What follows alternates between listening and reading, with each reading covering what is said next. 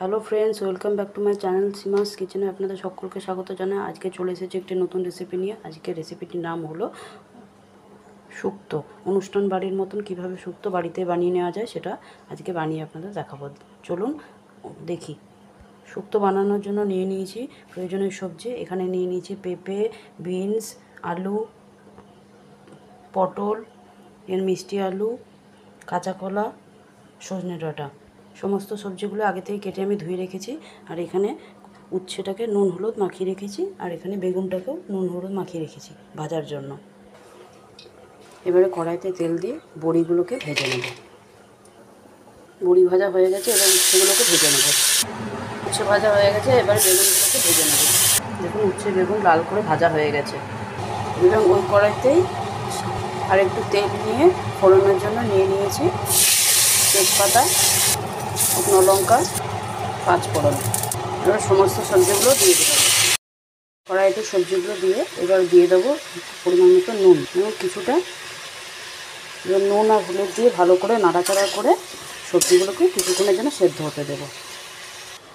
এবার বন্ধু নিয়ে নিয়েছি 1 চামচ রাঁধুনিটাকে ভালো করে বেটে নেব।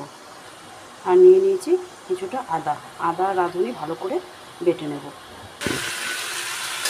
10 মিনিট পরে দেখুন সবজিগুলো একটু ভাজা ভাজা হয়ে যাবে। তাতে দিয়ে দেবো বেটে রাখা আদা এবং রাঁধুনির পেস্ট।